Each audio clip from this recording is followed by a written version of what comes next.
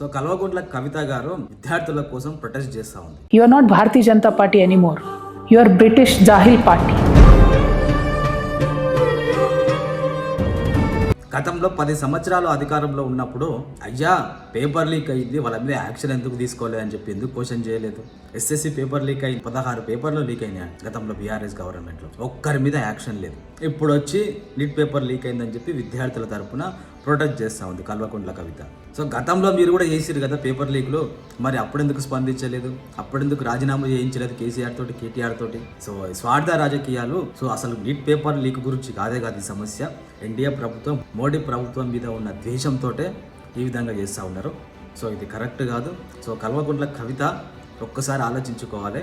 స్వార్థ రాజకీయాల కోసం, స్వలాభం కోసం అసలు పార్టీ పెట్టిందే కల్వకుంట్ల కవిత ప్రజల కోసం కాదు, విద్యార్థుల కోసం కాదు.